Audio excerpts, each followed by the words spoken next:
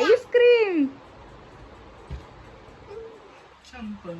काय खायच्या आधी आपल्याला हे खायच्या आधी बरं हे ठेवायला सांग मम्मीला. हे ठेवून दे मम्मी तर फ्रीज मध्ये ठेव. फ्रीज मध्ये ते हे हे हे आण चमचम आण माझ्या बाबूला खायला. पप्पी दे नीट नीट पप्पी दे नीट फोडतो मी एवढं नाव खाते कसं आहे माओ. डिशला पुसा, डिशला हात पुसा.